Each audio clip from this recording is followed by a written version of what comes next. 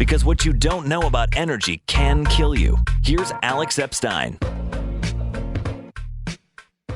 Welcome to Power Hour. I'm your host, Alex Epstein. This week, we are missing Don Watkins. He's on vacation, but I am joined by my pal Stefan Henna in Germany. Hey, Stefan. Hey, Alex.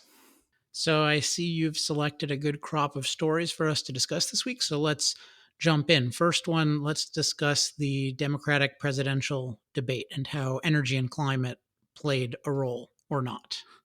Yeah, so recently this was the first Democratic presidential primary debate, and I think there were 10 participants on stage. Among those, frontrunner Joe Biden and John Hickenlooper, former Colorado governor.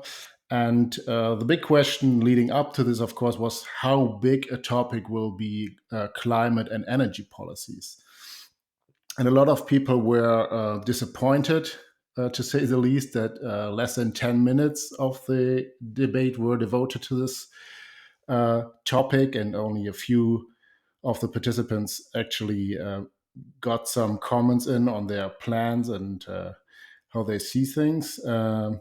And so the overall common theme that I saw in the few snippets that went out was they had talking points about urgency in extreme weather events connected to climate. And then all of them have their climate and energy policy plans out, similar to the Green New Deal, as we discussed in previous episodes of Power Hour. And they have this common 2030 goal of climate emergency, where the policy pretty much has to have started to have a big impact on reducing CO2 emissions. And then, of course, we are on the side of science theme, and President Trump is not. And the green economy will be a great benefit. So these are the standard talking points that we've witnessed over the last couple of weeks. And, that's as much as I got out of the debate without getting into specifics.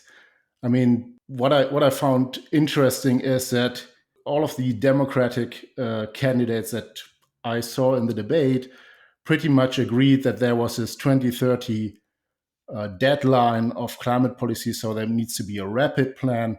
And then they all had these big plans, even without Congress acting as president alone from the executive. Did they say that, like that Congress would not be involved? Yeah, so Joe Biden was specifically asked that by the hosts, and he said, yeah, I would do a lot of things like President Obama did a lot of things leading up to the Paris Climate Accords. And then, he would work with governors and, install like 500,000 charging stations for electric vehicles. This is another common theme, of course, in these Green New Deal type plans. Doing what the executive can do. And I'm very, like, I have this model of a republic system where, you have the division of power between executive, legislative, and then the court system, of course. And I don't think that's a proper role of a president, but seeing how things have evolved, and now, the president and the executive are responsible for, permitting pipelines and doing trade business via pipelines and ships and so on with Canada and Mexico and other countries. That's how things are right now. The president is very influential in these issues, and they could act alone. It's a question of how much Congress can restrict the president, but I don't think that's a good model, but that's how things are right now. So just looking at, because you made some notes about different candidates and what they said. I mean, one theme is that there's I would say an eagerness to accept the prospect of doom. So you get, I've mentioned the term existential threat comes up a lot, but here I see irreversible damage and that kind of thing, or irreparable damage. And it's 12 years. And it's interesting how unselfconscious this is in terms of I think by this point, at least these people have probably all heard, hey, guess what? There are similar claims, that were made 12 years ago and 24 years ago and 36 years ago. And so this idea of like irreparable damage, and even what does that really mean? So there's an eagerness to believe these kinds of doomsday scenarios. And I think it's connected to another thing, which is that there's an eagerness to do something massive, even when it makes basically no common sense. So, 500,000 recharging stations, like for a full EV future. I mean, even there are all these studies about how EVs are incredibly carbon intensive, and there are a whole bunch of reasons, including the power plants that power them and all of the different oil related processes that you need to mine for them and transport the different materials. And it's just, and then even, okay, doing that in America, what is that really going to accomplish? I mean, you could say, yeah, this is a kind of step that may pay dividends in some number of decades, but they're all saying, no, this is urgent. And yet there's nothing in their recommendations that would actually, reduce the rise in global CO2 levels, let alone lower them. So what this has the character of is just, oh, this is a convenient big cause for them, and they're willing to be very sloppy about the threat. And as long as it gives them the pretext for action, and they're willing to be very sloppy about the action in terms of the action, the means doesn't need to lead to the end. And then, and also they're just completely leaving out the value of energy and the downside of any of these things going wrong, which all of these kinds of things go wrong. Certainly if government is handling it, but even if it's just speculative private investment, all kinds of things are going to go wrong. So it's not encouraging that there's just no real thinking, and there's just these talking points, and just all a means to getting power. Yeah. So the way I see it, there's certainly a set of talking points that the candidates prepared, and it's a stage performance essentially. So, this is different from a detailed written plan that they can think about more. But they have these talking points, and I didn't get the impression that they were really like deep into the matter. So, just to give one example, I don't want to harp too much on any individual there, but Joe Biden said that correctly said that America is responsible for 15% of the emissions, and he thought that this was a big thing, right? But if you think about that, 15% of global emissions is from the American economy, which is per capita a lot compared to other people, because most other people on the planet are pretty poor compared to the average American, of course. But think about what that means for the future, the next 40, 50 years of emissions. Most of the people don't use remotely as much energy as the average American. And America is already only 15% of the global emissions. China is already twice that. And in China, the average Chinese only consumes like a third of the energy that the average American consumes. So there is literally like two or three American populations just in China waiting to get to the level of consumption that the average American enjoys.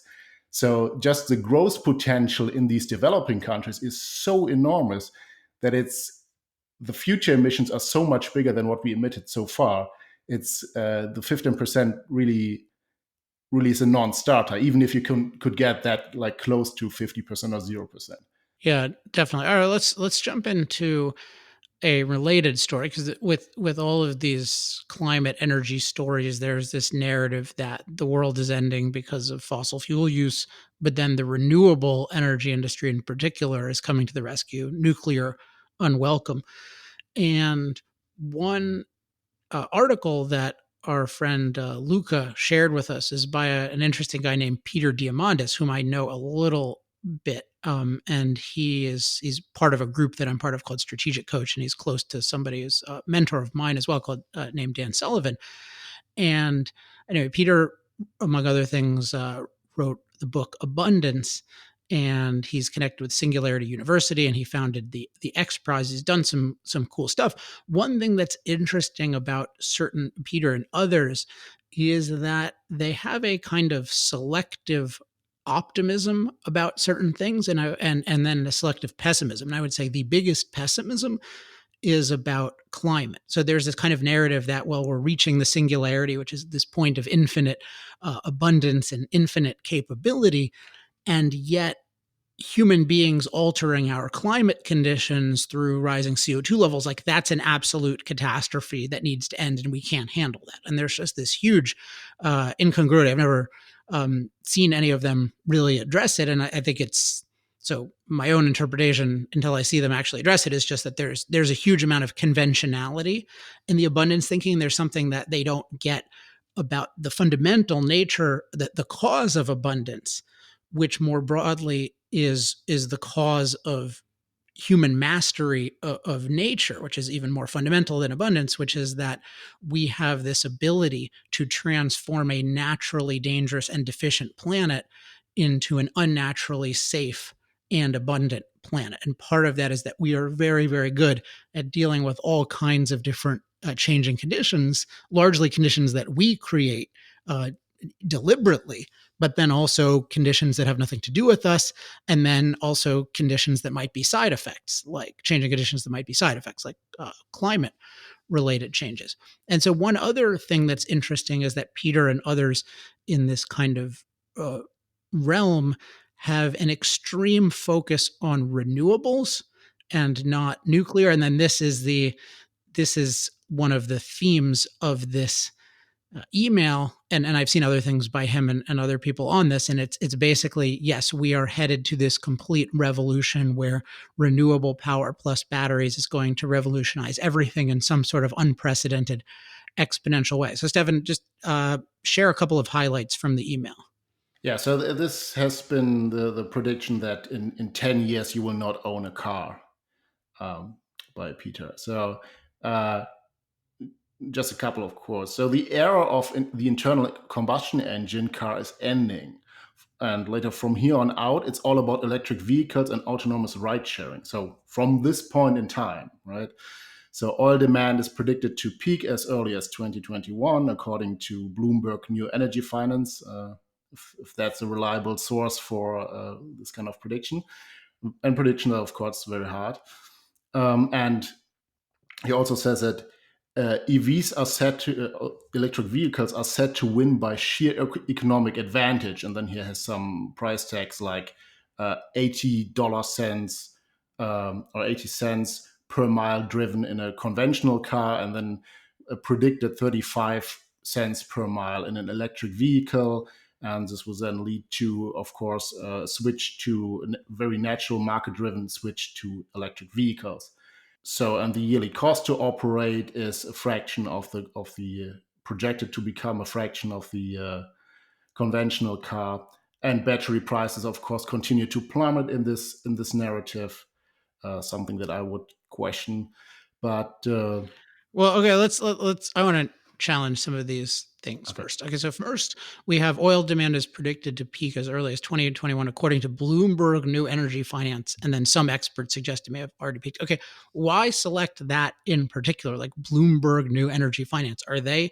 So if you look at them, I mean, this is a kind of, well, it's a Bloomberg project, but this is a kind of very, very speculative type domain where they hold these different kinds of conferences saying that a particular set of technologies, particularly renewables and battery technologies, are going to change the world. But this is not an organization with any kind of track record in forecasting oil demand. So it's interesting they're not citing International Energy Agency or the Energy Information Administration in the US, or different organizations with much more of a track record. And so this is, Peter's not giving the indication at all. This is kind of a crank prediction. I mean, it's at least a fringe prediction. I would call it a crank prediction.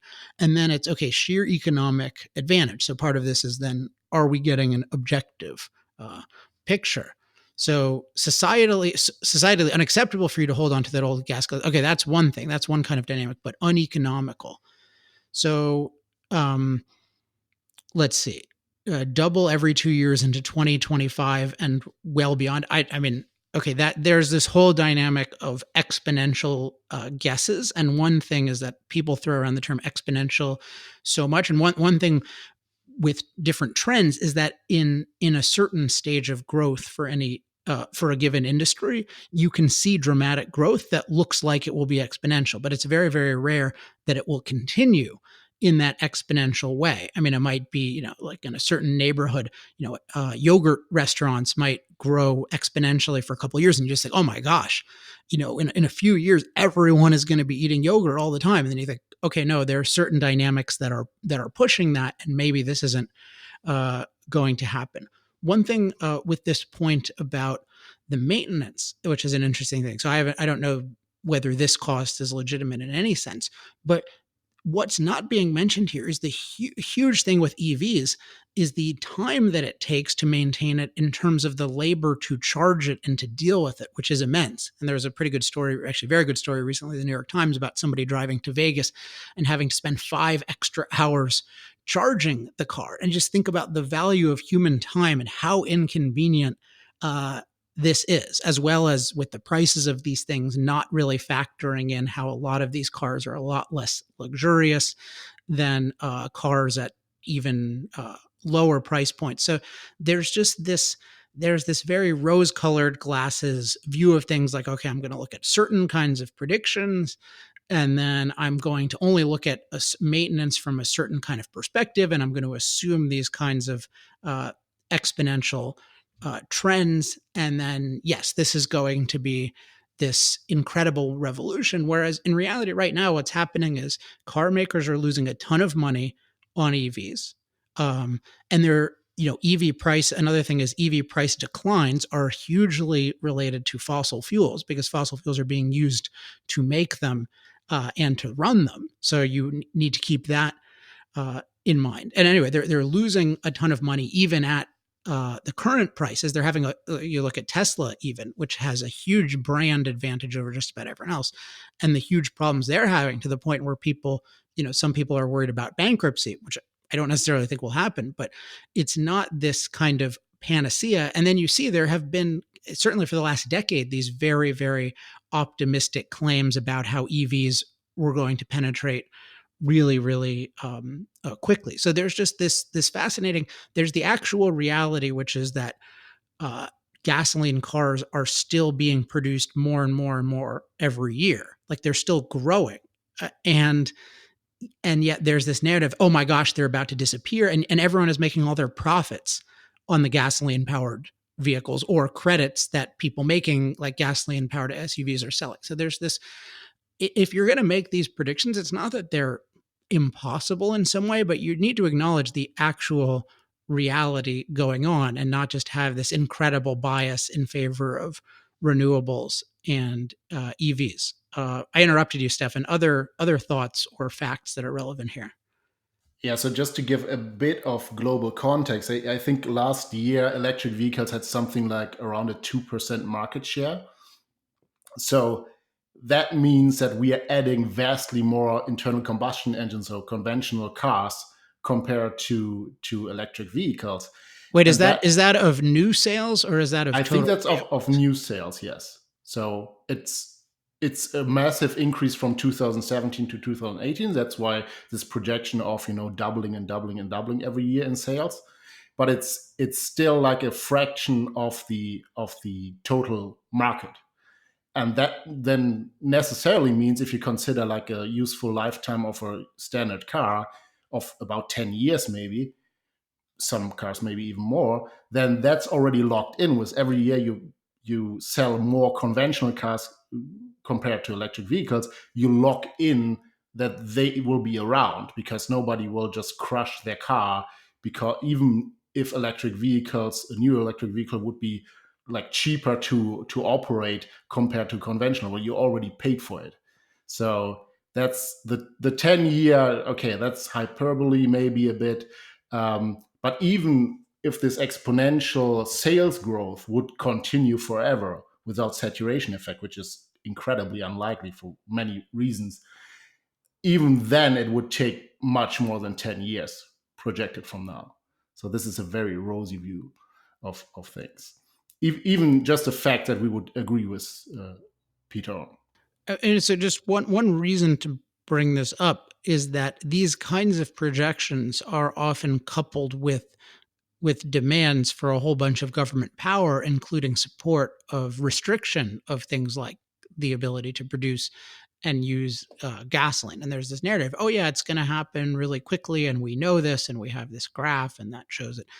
And what I'm trying to convey here is that there is not this incredible this incredible obvious trend. And if there was, then people wouldn't have to spend so much time evangelizing about it. It would just be really, really clear. Like, oh, it would be, Teslas would becoming more and more popular and profitable, and everyone would like it. As against what seems to be happening, which is that they've had a huge trouble with profitability, despite being like a lot less luxurious than many cars at comparable price points. And a lot of the early buyers seem to have been status related buyers, and sometimes the lure of that, and the alleged societal benefits, that kind of thing can wear off. So I would say that the insofar as, I mean, electric automobiles have they're definitely appealing elements to them, and it may be worth it, and you want certain variables to improve, and then for sure the autonomy variable is one that we want. And then if you have things like, well, tunnels, like Elon Musk talks about, like if you could have that, and then that benefits from something that has no direct emissions, that could be really, really cool. So there's this I think false alternative of, oh, you're an evangelist for EVs and you act like gasoline cars have no value and no future, or you just think you sort of don't want any progress with battery vehicles / electric vehicles. And no, what you want is you want human flourishing. So what you want is people to be able to use the best vehicles that they can buy for their money, for their purposes, and you want that to evolve in all sorts of ways. So we want these things to evolve, but we don't want laws in place where lots of people are forced to use overly expensive cars that don't meet their needs in the name of this EV push. Okay, let's talk about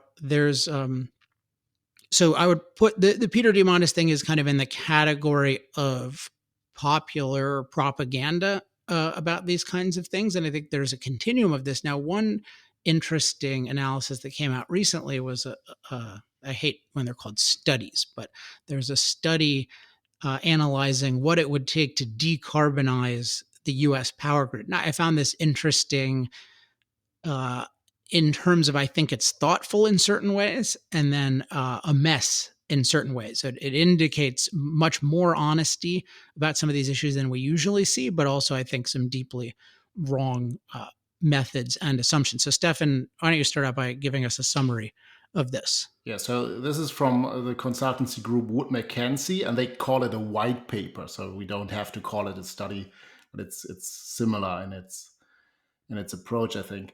And they analyzed what it would take to actually have a rapid change in the fossil fuel use, particularly on the U.S. power grid.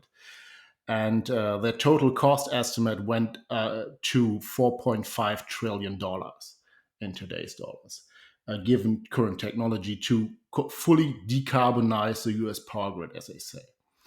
So, and then they compare these costs to like what was spent since 2001 on the war on terror, and $2,000 per year per household over the next 20 years, and so on.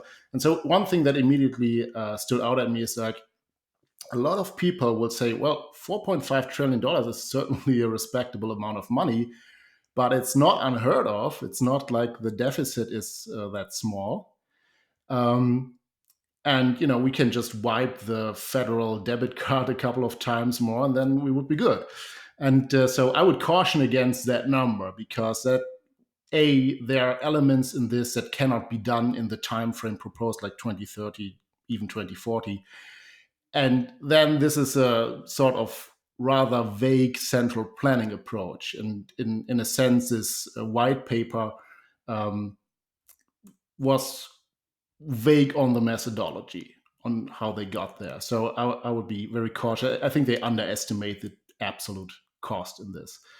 Although they have some reasonable assumptions. So, for example, they have a supply chain cost escalation factored into that. So if we ramp up a lot of production in solar and wind and infrastructure and so on, of course, like the raw materials will get more expensive if you produce a lot of on the spot demand and so on. So that it's not totally unrealistic, but I would still caution against this number. Yeah. Oh, let me say one thing about this number and what I think is a flaw in energy thinking in general, which is that often thinking about energy proceeds, it talks about future energy in these different hypothetical scenarios of not using fossil fuels as if, okay, we're where we are now. And then, oh, should we take path A or path B?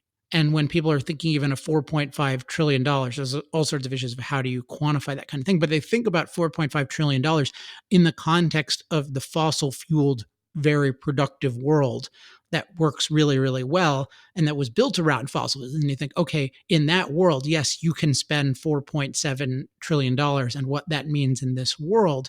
But you have this fundamentally functioning and very high functioning energy economy.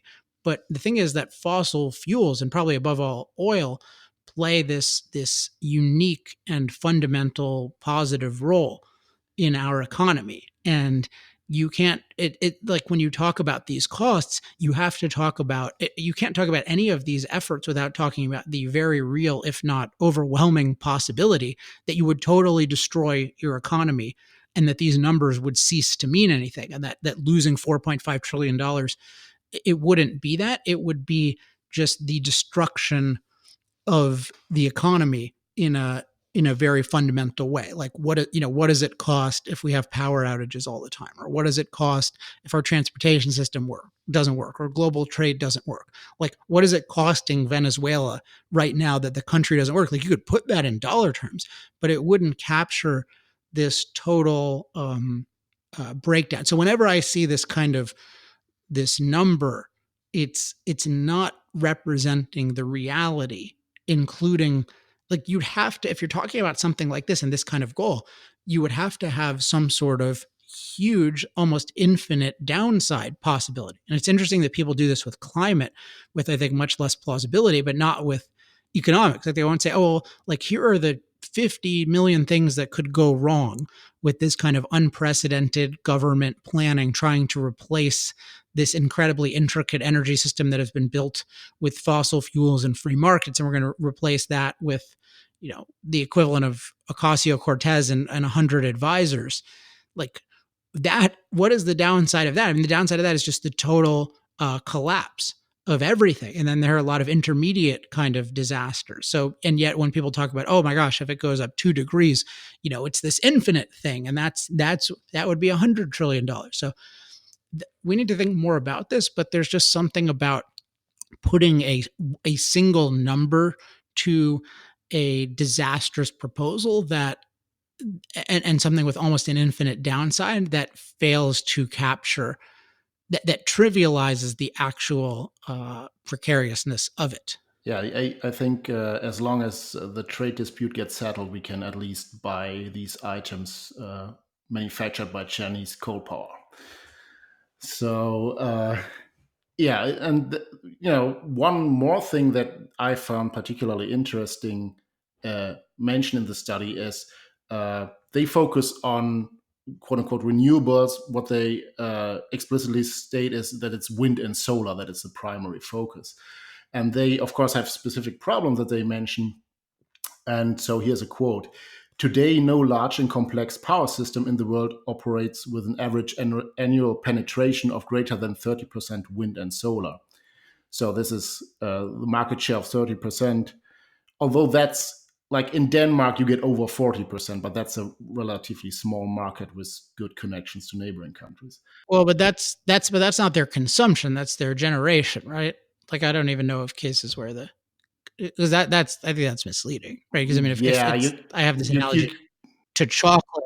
Like if you say, okay, well, like Denmark, I mean, like if you say like Belgium produces 40% of its calories from chocolate, that doesn't mean that the Belgian population is eating 40% of their calories from chocolate. It just means they can produce something. And then, yeah, a whole bunch of other people can consume it in much lower percentages, but then that's going to set a limit on what other countries can produce. And so if you're trying to get the idea, oh yeah, well, we can eat 40% chocolate or 100% chocolate because Belgium is doing it, like that's totally wrong. So what we've seen in studying Denmark is that it's something like 40% generation is wind, but it's some very small percentage of consumption, and then that generation has to be spread over all sorts of people. So I don't know of any situation, I mean maybe you do, but where it's even 30, there's just all these fallacies here, but where it's actually 30% of use or consumption is wind and solar.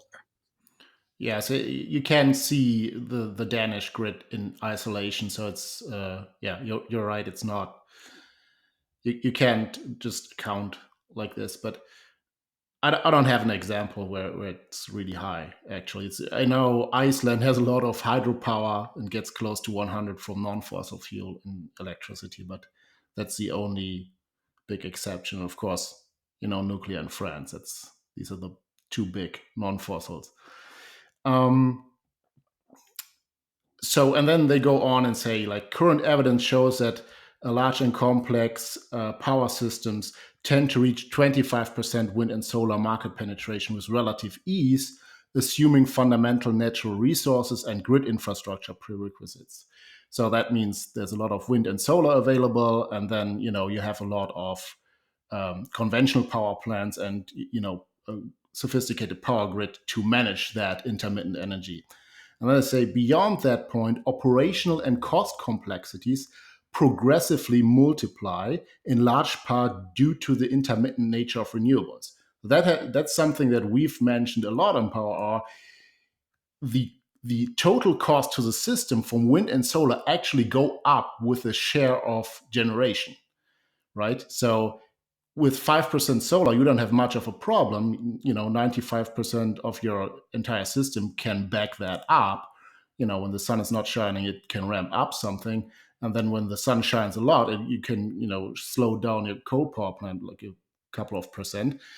But if you reach high percentages, these costs get more and more problematic. You need more transmission lines. You need, some ramping capacity. You need more natural gas turbines that can ramp up and down and accommodate the gluts or shortfalls on short notice and so on. And that's a very fundamental thing, and that is something I believe a lot of people underestimate in the complexity of a power grid. So one thing is this point you made it. So this is an example of where I think this white paper has some honesty to it. It's not just this kind of evangelism. It's showing, hey, there's a real problem with these intermittent sources because if they're just a small percentage, then it doesn't cost you that much to deal with them. But then if they become a larger and larger percentage, then it creates all sorts of problems, and that becomes costly. Like that's a good. So I just want to highlight, I think that's a more kind of rational thing, and it's good, at least in this case, that it's happening, and you would like to see that more. I mean, you'd like to see it to the point where people are acknowledging the intermittency problem in Democratic presidential debates. Yeah. I doubt any one of them has read it. So then I give another quote here that's also interesting. The amount of reliable capacity needed to backstop renewable intermittency ranges from near 100% backup to no backup. So you have to have something that can ramp up from 0 to 100. So in the case of Denmark, you sometimes get over 100% of generation compared to demand. And then these 40% need to go somewhere outside the country. And then you have, of course, days where the wind isn't blowing at all. So 100% of wind capacity is almost useless. And then you need someone else to deliver that. And so that's here from 100% to 0%. And then later they say a vicious cycle emerges as wind and solar penetration increases without storage support, and inadequate backup capacity raises grid resiliency concerns. So this is, I do believe that if Denmark was cut off from neighboring countries, including Germany, which are much larger and have excess capacity in power generation, they would probably have 24/7 blackouts at this point. I don't think they have enough reserve capacity to run their grid on their own year round. So, another important point here is, in the absence of energy storage, installed capacity of wind and solar must increase exponentially to provide sufficient reserve margins for a large and complex power system, dramatically increasing system costs and introducing massive generation inefficiencies. So this is again a point where, the higher the percentage of wind and solar on the grid, the exponentially higher the cost become, because absent cheap storage, you have to balance the grid demand and supply instantaneously. You can't just overbuild the capacity and then just it just works. You have to handle the gluts, the overproduction, the excess production that they randomly generate, and then you also have to manage the shortfalls, and that's I don't get this. I don't get this argument though, because they're saying, I mean, I don't get what seems to be what they're saying, because in the absence of energy storage, installed capacities of wind and solar must increase exponentially to provide sufficient reserve margins. So if you think about it as, we've talked about, say, the example of Germany, and sometimes it's dark, calm, and you're near zero solar wind production, and then other times it's bright and windy, and then you're high. So what if you, I mean, if you keep increasing the number of facilities, in the same place, then you're just going to get these very higher peaks but lower valleys. But the valleys aren't going to be able to remotely handle the need, and then you're going to have too much power a lot. So what are they saying that you need to, when they say it's going to increase exponentially, are they talking about you need to build facilities in some distant place to offset it? Yeah, so that's where the white paper actually is a bit vague and doesn't really show how they mean it. But I think the general idea is, and that's what I get from other approaches, is that you essentially overbuild the capacity massively in one place, and that place then can, with sufficient transmission capacity, uh, support a neighboring region if it has a shortfall. So you increase the capacity massively, overbuilt in every region, and the idea is, in some regions there will be sun and or wind available, and then you can shift around. But for this to work, of course, you need massive access capacity so that any given region can back up the other regions that have a shortfall. And whether that's realistic or not depends on the actual region and the weather patterns present there. So I know from Central Europe that there can be these dark calms or dark doldrums, where there's no wind and no sun for maybe about a week or so. So you would need that kind of backup, or a transmission line, I don't know, from the Northern Sahara, or Yeah, I mean, this is all. I, I get fatigued with these things sometimes, because it's such a scam. Like this whole and maybe we can connect this to the point of, why the hell are you focused on 100% yeah. renewable? Like, it makes no sense as a goal. It's the most dogmatic. I mean, I can't think of, I just have to say synonyms for dogmatic that are equally derogatory. I mean, stupid. I mean, can you imagine that you're trying to reduce emissions, and then you're focused on these renewables, which are hugely dependent on fossil fuels anyway for any foreseeable future, and then you're ignoring nuclear, and then you're creating all these situations where it needs to be 100%.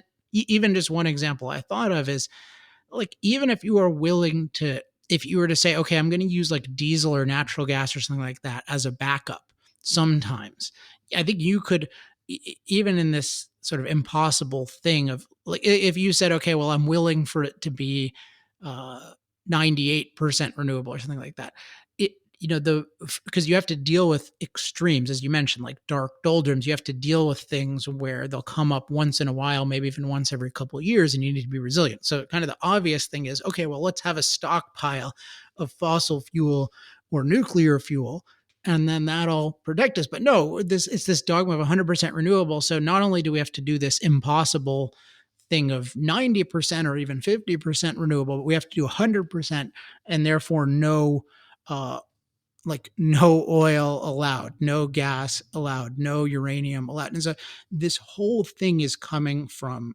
dogma, and it's coming from this dogma, this renewable religion. And that, so it's in some senses legitimate to explore just how impossible this is, but it's maybe even more important to talk about how irrational this is. How this isn't 100% renewable is not a legitimate goal by any by any plausibly rational standards. Not a by reducing pollution, by reducing CO2 emissions, reducing climate impacts, certainly not improving human life.